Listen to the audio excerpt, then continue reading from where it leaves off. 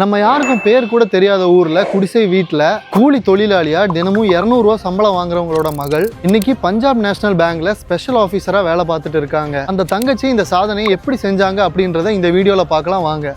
வணக்கம், நான் புவனேஸ்வரி, தர்மபுரி டிஸ்ட்ரிக்டில் இருக்கிற நாரியம்பட்டின்றது தான் என்னோட கிராமம். நான் இப்போ IBPS SO கிளியர் பண்ணியிருக்கேன். இப்போ பஞ்சாப் நேஷனல் பேங்க்கில் ஸ்பெஷல் ஆஃபீஸராக இருக்கேன். படிக்க வைக்கிறதுக்கு நீங்கள் என்னென்ன மாதிரிலாம் கஷ்டப்பட்டீங்க? தொடக்கத்தில் கூலி வேலை தான். நல்லா கிணத்த வேலை செஞ்சோம். நாளைக்கு 200 ரூபா கூலி கொடுப்பாங்க. இந்த நிலைமையிலேருந்து இப்போ பாப்பா நல்லா படிச்சிருக்காங்க, இப்போ ஒரு நல்ல இடத்துல வேலை கிடைச்சிருக்கு. ஸோ இதை பற்றி நீங்கள் என்ன நினைக்கிறீங்க? இவ்வளோ கஷ்டப்பட்டதோடு இன்னும் கொஞ்சம் நல்லா இருக்கும். ரிலேட்டிவ்ஸும் சரி, சுற்றி இருக்கிறவங்களும் சரி, ஏன் படிப்பில் இன்வெஸ்ட் பண்ணுறேன், நீ இருந்தால் ஒரு கார் எடுத்துக்கலாம், இல்லை ஒரு வீடு கட்டி இருந்திருக்கலாம் அப்படின்ற மாதிரி எல்லாம் பேசுவாங்க. இம்ப்ரூவ்மெண்ட்ன்றது இனிமே நாங்கள் வீடு கட்டுறது இதுக்கப்புறம் தான் இந்த மாதிரி சொன்னவங்க எல்லாருமே திருப்பி பார்க்குற அளவுக்கு இம்ப்ரூவ் ஆகும்ன்ற நம்பிக்கை இருக்கு.